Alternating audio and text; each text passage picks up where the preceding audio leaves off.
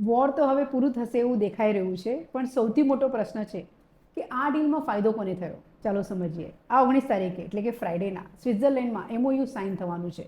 અત્યારે final details સામે આવી નથી, પણ બંને પક્ષો તરફથી જે માહિતી મળી રહી છે એ અનુસાર ઈરાનને રિકન્સ્ટ્રક્શન માટે લગભગ $300 બિલિયન મળવાની શક્યતા છે.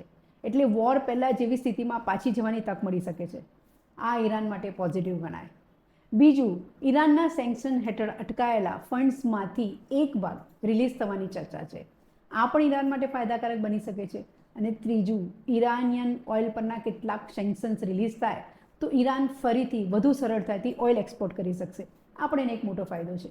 સૌથી મહત્ત્વની વાત એ છે કે ઈરાનના ન્યુક્લિયર પ્રોગ્રામને હજુ સુધી સંપૂર્ણ ક્લેરિટી નથી મળી. એટલે ફાઇનલ એગ્રીમેન્ટ આવ્યા પછી જ સાચું પિક્ચર સ્પષ્ટ થશે. પણ ઇન્વેસ્ટર માટે સૌથી મહત્ત્વની બાબત શું છે? Oil prices. જો જીઓપોલિટિકલ ટેન્શન્સ ઘટે તો ઓઇલ પ્રાઇસીસ વધુ નીચે આવી શકે છે, અને ઇન્ડિયા જેવા ઓઇલ ઇમ્પોર્ટિંગ દેશ માટે આ સારા સમાચાર ગણાય.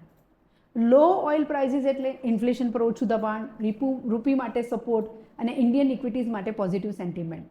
એટલે શોર્ટ ટર્મમાં માર્કેટ માટે આ ડેવલપમેન્ટ કન્સ્ટ્રક્ટિવ બની શકે છે. પણ યાદ રાખો, હેડલાઇન્સ બદલાતી રહે છે, વોર આવે છે અને જાય છે, પણ લોંગ ટર્મ વેલ્થ હંમેશા ડિસિપ્લિન અને પેશન્સથી જ બને છે. સમાચાર પર નહીં, તમારા લોંગ ટર્મના ફાઇનાન્શિયલ ગોલ્સ પર ફોકસ રાખો.